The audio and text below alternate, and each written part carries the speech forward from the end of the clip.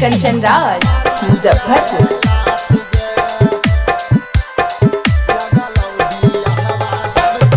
रतिया भर करो हनी हमारा से बात गे, रतिया भर करो हनी हमारा से बात गे। लगल बियाहवा जब से मारो लात गे, लगल बियाहवा छौड़ी मारो लात गे। छत पास मारो हनी हमारा तू हाथ गे, छत पास मारो हनी हमारा तू हाथ गे।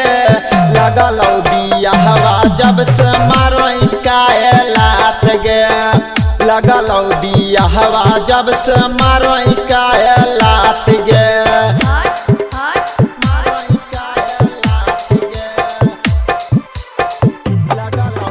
डीजे कंचन राज मुजफ्फरपुर। छौड़ी कोनी बलकवा हमर न मारवा लगन फोन मांगे गे। छौड़ी हमरा फसैनी पागल बनैनी ले लेनी जन मांगे गे। छौड़ी कोनी बलकवा हमर न मारवा लगन फोन मांगे गे। छौड़ी हमरा फसैनी पागल बनैनी ले लेनी जन मांगे। अब काहे पूछो हखी हमरा से जात गे, अब काहे पूछो हखी हमरा से जात गे। लगलौ बियाहवा जब से मारो लात गे, लगलौ बियाहवा जब से मारो लात गे।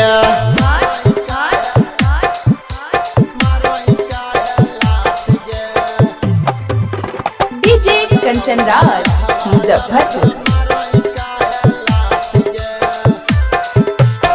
छौड़ी सानो सजनमा गौतम तूफानिया जानो बतिया गे। छौड़ी मानो मगहिया विवेक सनिया पीटा छतिया गे। छौड़ी सानो सजनमा गौतम तूफानिया जानो बतिया गे। छौड़ी कुंदन आशिक विवेक सनिया पीटा छतिया गे।